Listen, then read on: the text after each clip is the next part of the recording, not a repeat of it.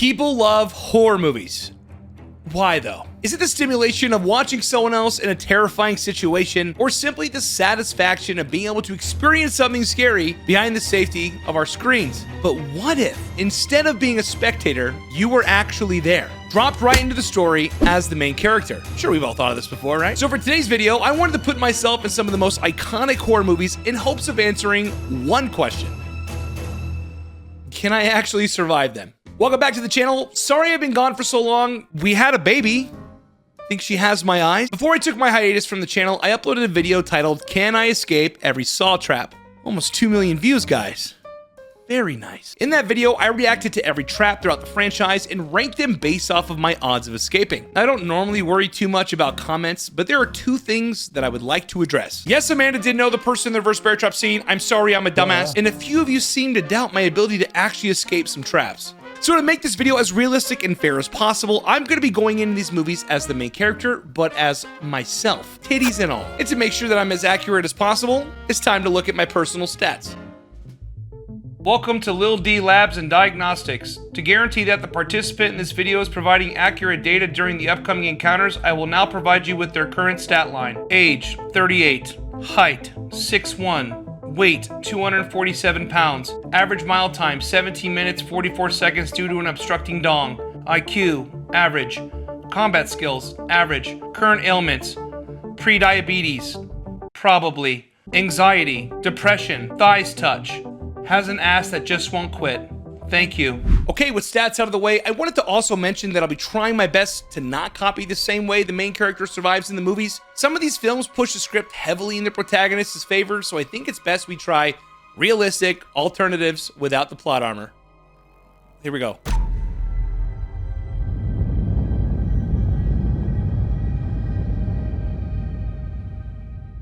This movie follows a couple who are staying at a summer vacation home after a friend's wedding. During said wedding, main character James proposes to his girlfriend Kristen, which she ultimately rejects. Tacky as fuck to do that at somebody else's wedding, by the way. So tensions are high, and James asks Dennis from It's Always Sunny to pick him up in the morning. While attempting to salvage the rest of the evening, they are interrupted by a series of knocks at the door from a dark-figured girl asking if Tamra's home. Who's Tamra? Fuck if I know. Apparently it's used as a code word to confirm there are people occupying the house. But there is, because they answered the door. Also, by the way, the first knock happens at like 4 a.m. If this knock happened during the afternoon, sure, maybe let the guard down a little. But 4 a.m.? It's dark as fuck outside. You don't frequent this house anymore. There's no peephole. Why are we just instantly opening the door? Even if I was going to attempt to communicate with the person outside, I would at least take a peek through one of the 2 windows, you know, try to see who it is. James just opens the door willy-nilly, answers no to Tamra being there, and the chick says this.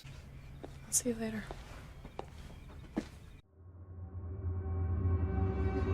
See you later. Even if I was dumb enough to open the door at 4 a.m., which we all know that I'm not. But if I did, and this weird-ass girl says, see you later, call me paranoid, but my head would be spinning trying to decipher what they meant by that. Fast forward a little bit later, and Kristen needs cigarettes at like 4 something in the morning, so James decides to drive into town, leaving Kristen alone. I have an idea. Why don't we both go together? Or even better idea, let's just fucking go home. Creepy girl comes back, knocks on the door, asks the same question. Kristen answers, but at least it's through the door, which isn't even fucking locked, by the way. Soon after, the phone lines get cut. Kristen hears someone in the house, sees a masked man outside of the window, and now the front door is opened. James comes back and doesn't seem concerned at all. One of them came in here and took my phone.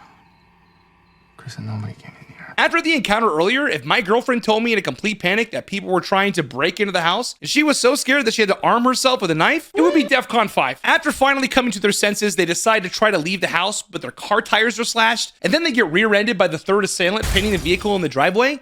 Okay, so let's slow this down. We're now back in the house. There are 3 people that we know of, obviously are not playing Ding Dong Ditch. Luckily, I find a shotgun almost immediately, so what do I do now to survive? First thing I'm doing is loading up this pumper, have my girlfriend find a blunt object, and we're clearing that house. Since we obviously know they've entered the home at some point, I think this is a must. Next step, once the premises is clear, I'm turning off every light in the house. I know the goons are outside in the dark, and by leaving the lights on gives them way too much of an advantage from outside. You want to move in the shadows? Same, bitch. Now that we've cleared the house, I figure there are 2 options moving forward. Option 1, I'm barricading us in the best room. That means dressers, bed frame, dad's nudie mags, everything is going in front of that door. The thing that's really annoying in this movie is they kind of do this to the front door, but then they just leave the bedroom wide open? Another thing to mention is it was 4 a.m. at the first door knock. It's got to be close to 5:30 now. The Strangers takes place in South Carolina, and Kristen said earlier it was freezing.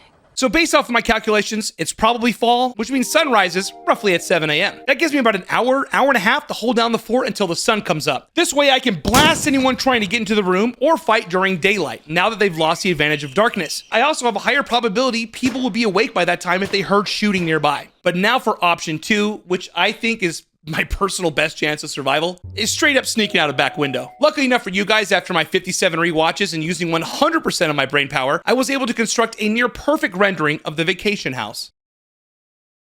With all the lights out, I should be able to slowly sneak out a back window and move quietly to the tree line. In the movie, they also kind of do this. James is able to get outside. I don't know what the fuck Kristen's doing, but look, it's so dark out back that one of the goons has to use a flashlight. But what if the 3 Stabatiers are guarding the property in a triangle formation? At this point, I don't know what kind of weapons they have, but let's say at absolute worst, they have a gun? Well, so do I. And nothing in this movie has been made for us to believe that these individuals are like superhumans. Trust me, we'll get into those later. So even if I get intercepted, I have a 66% chance it's one of the ladies, and I like those odds. Like this one is Scooby doing in the tool shed. This one's swinging around. Big Guy's the only one locked in right now. I think I can pull this off. Plus, if shit hits the fan, I have a shotgun, which I know would totally fuck somebody up. Just ask Dennis. Hello.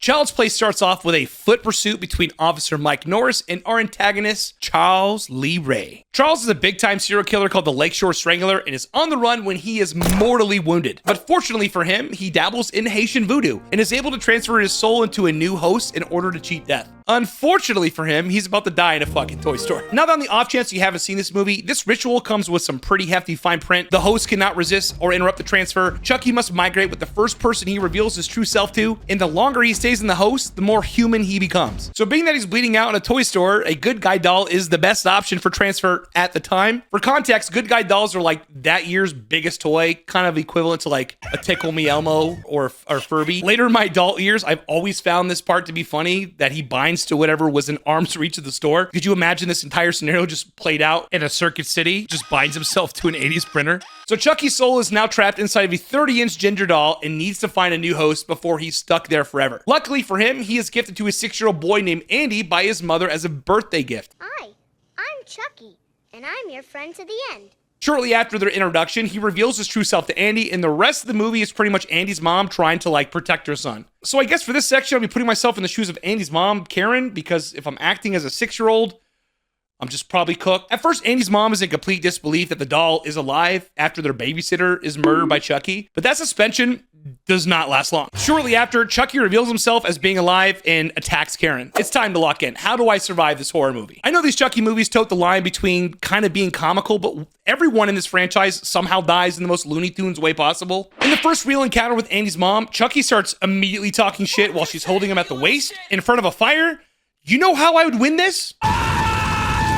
He's going into the fireplace. And before you start saying, oh, well, Chucky's at full human strength from being in the doll for too long. Brad Dourif also plays the actual Charles Lee Ray, is 5'9", and looks like he weighs 170 pounds. Even if in doll form he has human strength, does that mean he also retains human weight? Does the doll weigh over $150? No, it doesn't. I'm not an MMA heavyweight champion, but I'm winning this engagement. I'm sorry. But what if Chucky gets the element of surprise and I'm ambushed with a knife? If I'm standing, at worst, I'm getting stabbed in the leg, and at absolute worst, my peanuts. If Chucky is at human strength, that also means he feels pain. I am curb stomping this little shit. If you disagree, please let me know in the comments on how you would lose to a 30-inch Ed Sheeran doll.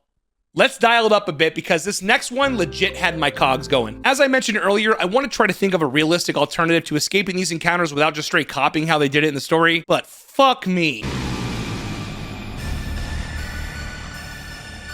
A Nightmare on Elm Street follows main character Nancy Thompson, who her and her friends are being pecked off by a demon spirit in their dreams, in which if they die in those, they die in real life. Stakes are high. And that demon is none other than Freddy Krueger. Many years ago, Freddy was tried for the murders of several children, but was not convicted due to an evidence technicality. So the parents of Springwood, Ohio decided to serve up some street justice and just burn him alive themselves. Roughly 13 years later, and Freddy has now returned as a dream demon, seeking revenge on the children of the parents involved in his murder. Now, I would like to mention how Freddy operates throughout the franchise definitely gets a little hairy, but to keep it simple, as long as his victims are dreaming or in a state of intoxication, he can inhabit and control their dreams. Pretty much doing whatever he wants in the dream world by using the victim's mind and fears against them. And worst part of all, any damage inflicted in the dream world happens in real life. And I mean, he does some crazy shit. Swallows a dude in a bed, whoops this girl's ass all around the room, creeping in the bubbles. Pretty much, you're asleep, you're getting shit on. In this movie, Nancy realizes Freddy can only do harm while she's asleep, so trying to stay awake for as long as possible is the first line of defense. Then later on discovers that she can pull not only Fedora's, but Freddy himself out of the dream world, which tremendously weakens his powers. See, this is where I get a little confused, so please comment down below if you're an expert in this field, but is Freddy just a normal dude with a sharp glove in the real world? I think at that point, anyone has a fighting chance if he's just a normal guy. But goddamn, the odds of pulling him out of the dream world when he can manipulate the environment seems very unlikely in real life. So how do I survive this? Well, here's what I do know. All of my friends got ganked while taking a snooze, and if not sleeping is my only solution, then I guess I would just try to stay awake. But let's be realistic. I'm an American. I happen to really enjoy McDonald's. My heart is already really bad. There's only so many white monsters and sodas that I can drink before I start Mountain Dew and cardiac arrest. I've done marathons on my Twitch channel, and I'm already looking to tap out after 20 hours. Now I got Finger Me Freddy waiting on standby till I pass out. I might be able to stretch it to 36 hours, and that's if I'm lucky. Even if I made it longer, after 48 hours of no sleep, the brain starts entering periods of complete unconsciousness called microsleeps. All that mixed with Freddy's power being all over the place in later installments, there is just simply no way that I'm going to survive this. The Descent follows a group of 6 women who embark on their annual outdoor adventure and descent into a large cave in the woods. If that wasn't bad enough, shit hits the fan almost immediately when a rockfall closes off their exit. Oh, and they're not alone down there. And now they're forced to squeeze deeper into the uncharted cave to find an alternate escape.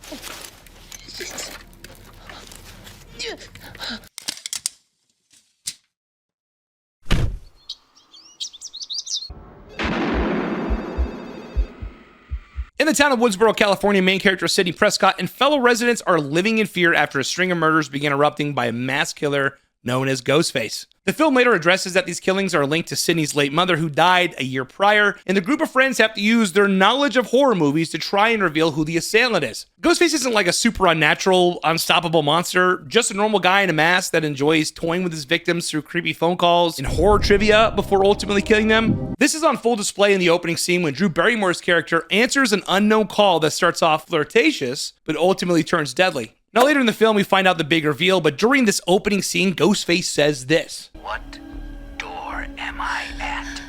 That's because there's 2. Not 1, young whippersnapper. Fucking 2. It didn't matter which door she picked. The result is the same. This is something that we have to take into account for encounters with Sidney later, and I think Bill and Stu do an excellent job working in tandem as one can pretend to be innocent while the other one is just out there slaying ass. That would be something I think would be ultimately pretty difficult to figure out on my own. Suspicious, sure, but I'm not a detective, which is not good for your boy. So how do I survive this? Let's start with the basics. A friend of mine just got brutally murdered. My dad's out of town, and I'm starting to receive strange phone calls. Scream takes place in the late 90s, so believe it or not, it was very normal back then to just answer a call without caller ID. Absolutely fuck doing that today. But being this behavior is expected, let's say I answer the call. With paranoia and tensions being sky high, as soon as the caller relays they aren't anyone that I know, Maybe that's because I'm not Randy. I'm hanging up and calling the police. Also, one thing to mention before the first encounter goes down, we see Sidney outside on the phone on her patio, then comes back inside, locks the door behind her, but minutes later hears a creak upstairs. It's incredibly subtle, but definitely something she acknowledged, which means Ghostface is already inside the house. So realistically, I'm getting ambushed and I'm probably dead. As I mentioned earlier, the Ghostface killers are just normal people and even at times are incredibly goofy, which opens the door to being able to fight back for sure. I like to think that I could do a decent job at trying to protect myself, but being that I'm fat and in my fucking 30s, there's no way in hell I'd be able to match the stamina of an 18-year-old, especially when there are 2. Whenever we get a notification on our Ring app about like home invaders nearby in the real world, I always make sure to lock up my house and set my alarms when I'm most vulnerable. So you would imagine with current events happening in Scream, you would be extra vigilant about your surroundings. That means like having access to some type of weapon for self-defense or calling the police as soon as I could. We know Ghostface hates when you hang up and always tries to call back, which means the phone lines aren't cut yet. So putting their ass on call waiting while calling 911 is definitely still viable. But that's about the only line of defense I would have aside from fighting. One Ghostface that doesn't murk me while I'm taking a nap after eating an entire roll of Ritz crackers? Maybe. But 2, your boy's getting stabbed.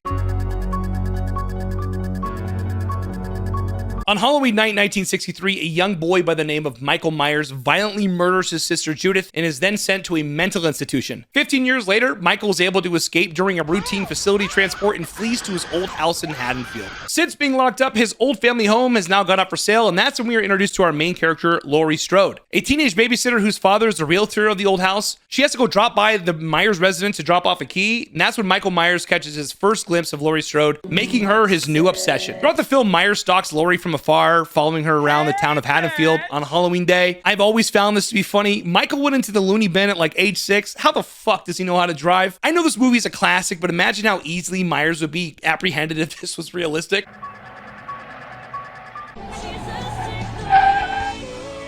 The next few scenes depict Myers hardcore stalking Laurie, and she is very aware of it, so it's not like she's completely oblivious to the potential threat floating around her neighborhood. A little bit later on, Laurie catches a ride to her babysitting job with her friend and is trailed by Myers immediately. Like, you've seen this car all day, you don't find it odd that the same car is following you right now? And Myers doesn't even try to hide it. He parks directly behind them when they get to the destination. How the fuck do you not see this? After the kids are asleep, all of Laurie's friends plan to meet up across the street, but Myers hates premarital sex and decides to kill them all. Laurie goes to investigate and realizes the dude who's been following her literally all day is behind this and is coming for her. All right, so how do I survive this? I think Laurie does a good job at initially running to get help from a neighbor, but dude must have watched the strangers because he was not opening that door. My man. Back at the Doyle house, Michael breaks in, and after whiffing the easiest stab of his life, Laurie successfully sticks him with a sewing needle, dropping him to the ground and disarming him at the same time. And here's what I would have done differently. At this point, we're assuming Myers is mortal. We know he just killed all of our friends. I'm using that knife to stab the shit out of him. Laurie thinks she killed him with a needle.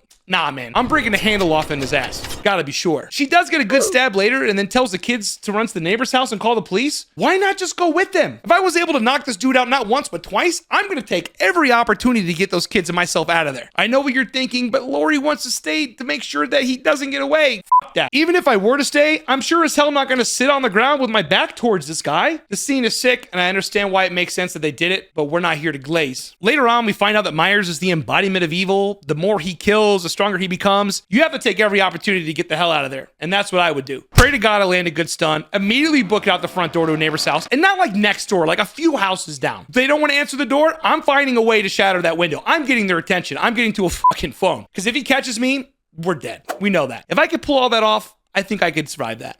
For later installments though, yeah, I'm moving. Well, my friends, that is my survival analysis on just a handful of horror movies, and I think I was pretty accurate. Obviously, there's so many others that I would love to explore later on, so if you think you would enjoy a part 2, make sure to let me know down in the comments, and don't forget to share how you think you would do in these scenarios. Thank you all so much for your patience over the last 8-ish months. I'm gonna start uploading regularly here, so if you like what you saw today, make sure to give the video a like, and a sub would be so appreciated. With that said, I'll catch you all on the next one.